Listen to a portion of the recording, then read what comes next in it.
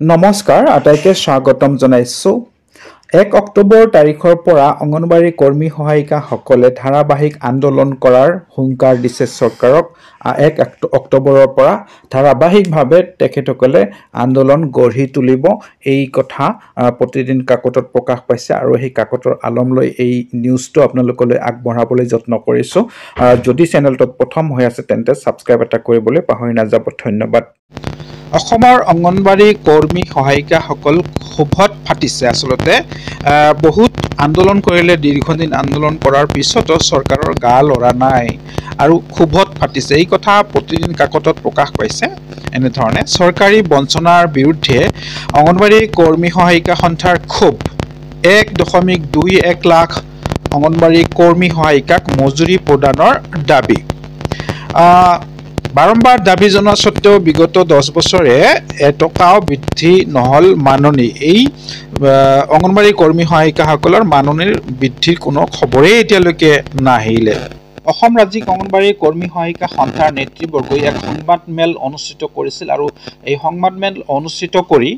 সংগঠনটোৰ নেতৃবৰ্গই চৰকাৰৰ বঞ্চনাৰ বিৰুদ্ধে তীব্ৰ ক্ষোভ ব্যক্ত কৰে অংগনবাড়ী কৰ্মী সহায়িকা সন্থাৰ সাধাৰণ সম্পাদিকা ইন্দিৰা নেৱাৰে জানিবলৈ দিয়া অনুসৰি বিগত 10 বছৰ ধৰি ৰাজ্যৰ অংগনবাড়ী কৰ্মী সহায়িকাসকলৰ মাননী এটকাও বৃদ্ধি হোৱা নাই তদুপৰি অংগনবাড়ী কৰ্মী সহায়িকাসকলক মাননীৰ পৰিৱৰ্তে মজুৰি প্ৰদান কৰিবলৈ চৰকাৰক বাৰে বাৰে দাবী জনাই অহা সত্ত্বেও কোনো ধৰণৰ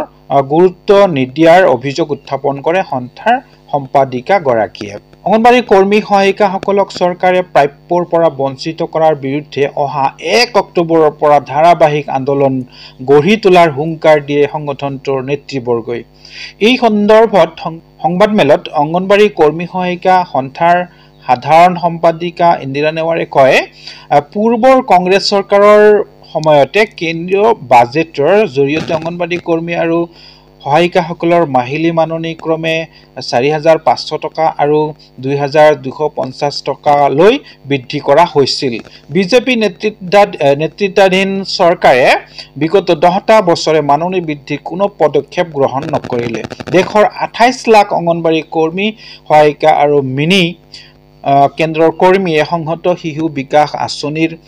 ICDSৰ তৃণমূল স্তৰত নিষ্ঠা সহকাৰে চৰকাৰী আঁচনিৰ সেৱা জনগণৰ মাজত আগবঢ়াই আছে মূলতঃ মহিলা আৰু শিশুসকলৰ বিভিন্ন আঁচনি এওঁলোকৰ মাধ্যমেৰে চৰকাৰে ৰূপায়ণ কৰি আহিছে বিগত 48 বছৰ ধৰি আমাৰ দেশ আৰু ৰাজ্যখনত প্ৰচলিত এই আঁচনিখনৰ চৰকাৰী সেৱা অংগনবাড়ী কৰ্মী আৰু সহায়িকাসকলে চৰকাৰীভাৱে আগবঢ়াই থাকিলেও এওঁলোকক চৰকাৰী কৰ্মচাৰী হিচাপে স্বীকৃতি দিয়া নহয় ফলত আইন অনুসৰি কামৰ বিনিময়ত পাব লগা ন্যূনতম মজুৰিৰ পৰাও এওঁলোক বঞ্চিত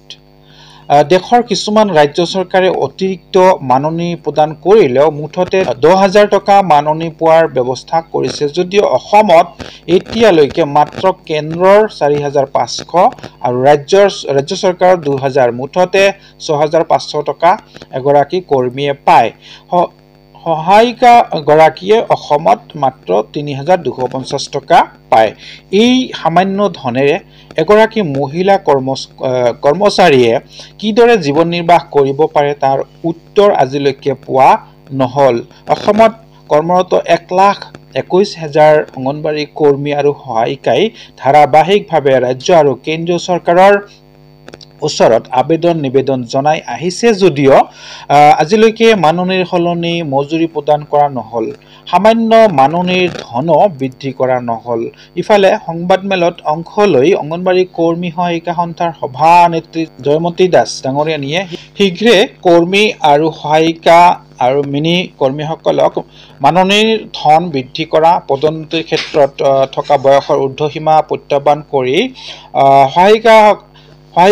কৰ্মীৰ খালী পদলৈ পদোন্নতি নিশ্চিত কৰা সকলো কৰ্মী সহায়িকা মিনি কৰ্মীক চিকিৎসা সাহায্য প্ৰদান কৰা আদিকে ধৰি কেইবাটাও দাবী জনাই সংবাদমেলত সংগঠনটোৰ কেইবাগৰাকীও সদস্য উপস্থিত থাকে